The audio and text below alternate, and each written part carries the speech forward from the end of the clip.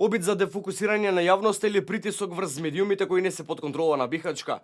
Вака јавноста гледа на одредувањето притвор само за Сеат Кочан, собственикот на Трансмет и ТВ Нова, осомничен во случајот трус на специјалното јавно обвинителство.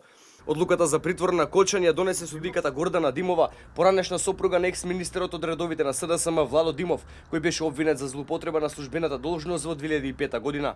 Упатените велат дека не постојат правни образложенија за притворот, туку само политичка мотивираност и реваншизам.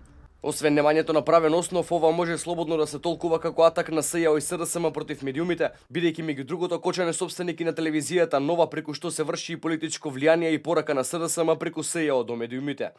Инаку се работи за случај на СЈО за ископ на јаглен од суводол во Битола за потребите на рек Битола, при што се осомничени управителот на Трансмет Кочан, одговорното лице на Силекс Неметали и управителот на Ваго Студеничани, кои склучиле договор со Елем. Притворот беше определен само за бизнисменот Кочан.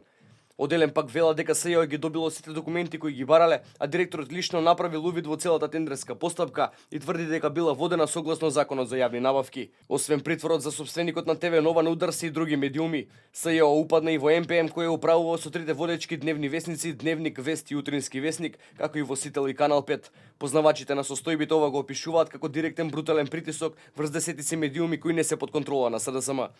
Јавноста реагира дека со ова се прави и директен атак врз бошњачката заедница во Македонија, чиј представник и долгогодишен застапник и поборник за нивните права е токму Сеат Кочан, кој е и претседател на Сдруженијето на бошњаците од Македонија. Бошњаците меѓу другото се изјаснија и против платформата на СДСМ и ДУИ, која е основа на нивниот коалициски договор, а со кој се фаворизира албанската заедница и се запоставуваат правата на сите останати заедници во Македонија.